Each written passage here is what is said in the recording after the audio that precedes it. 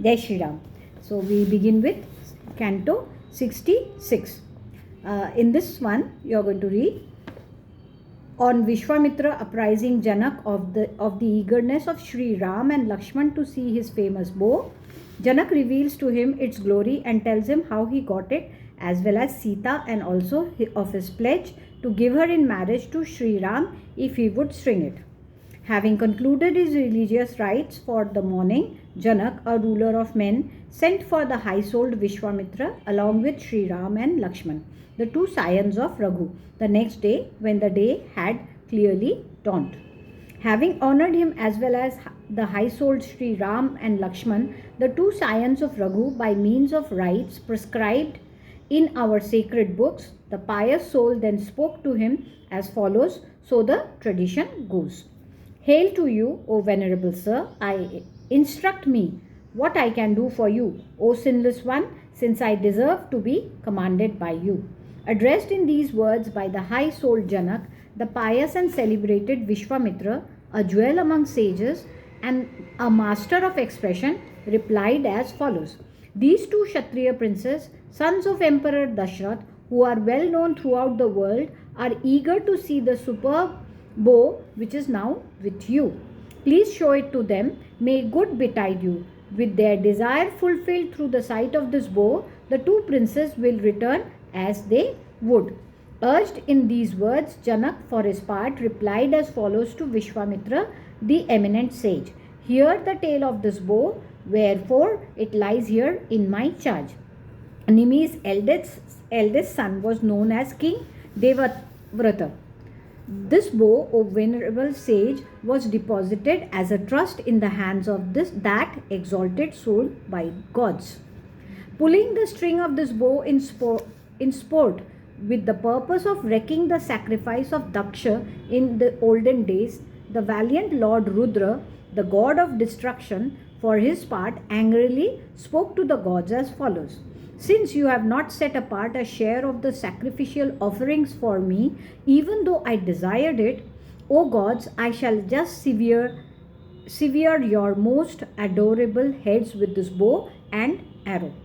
Getting discomposed, all the gods thereupon conciliated Lord Shankar, the suzerain god, ruler of gods, O jewel among sages, and Shiva, the source of universe, got eventually pleased with them.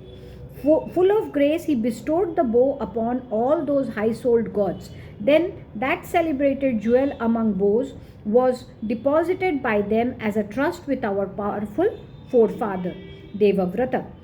Immediately after that, there arose from the track of the plowshare, even as I was plowing the plot set apart for a sacrifice, a female baby who was discovered while I was dressing the field, and as such was widely known by the name of Sita. That daughter of mine, who had emerged from the soil, gradually grew at an extraordinary pace in my care. This daughter of mine, who was not born in the ordinary way from the mother's womb, was kept by me for being given in marriage to a suitor who would win her by his valor.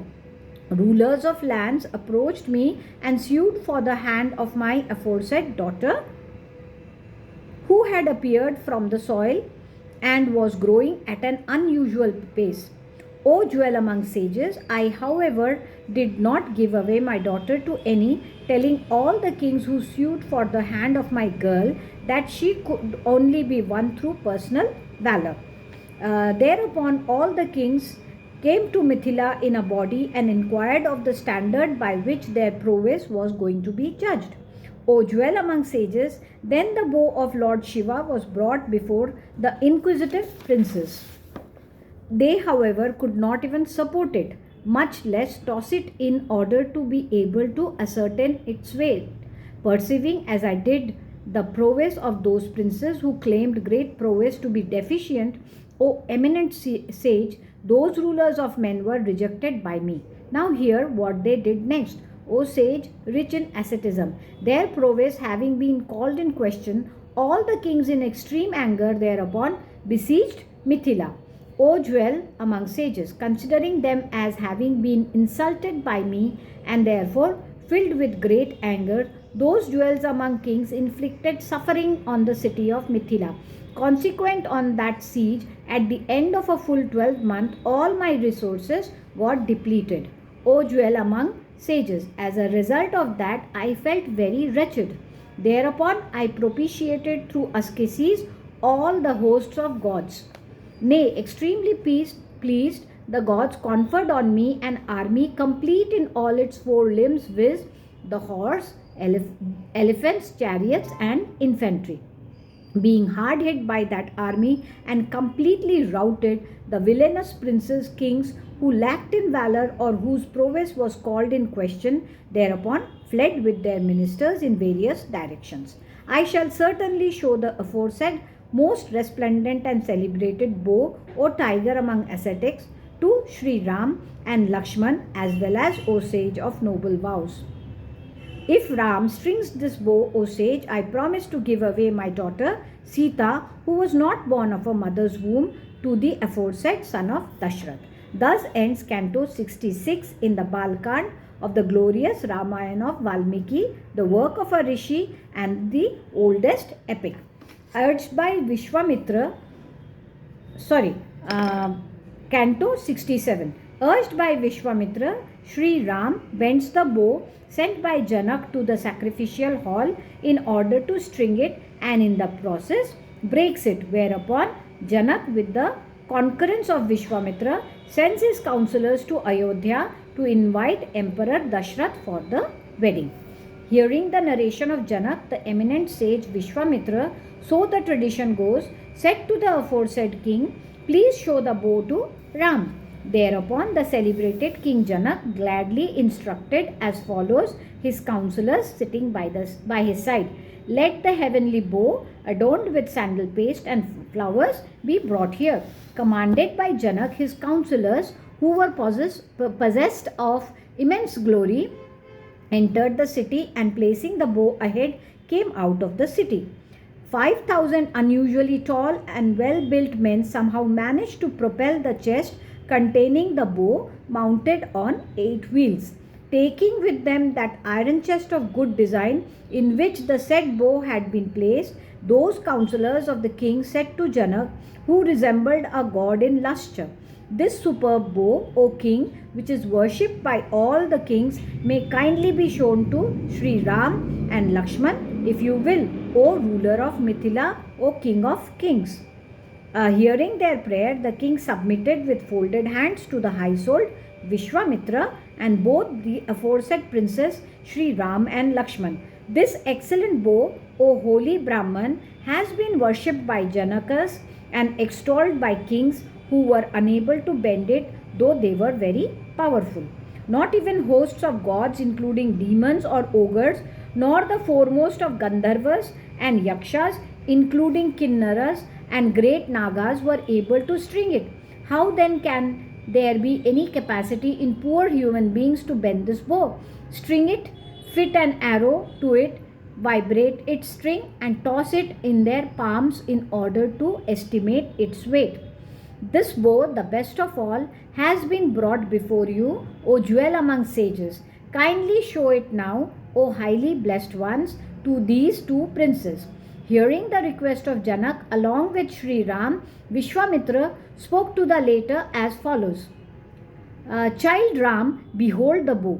Opening at the instance of Vishwamitra, the eminent seer, the chest in which the famous bow lay encased, and beholding the bow, Sri Ram forthwith said, "I hereby hold with my hand this excellent heavenly bow and shall try to toss it on my palm and even to bend it."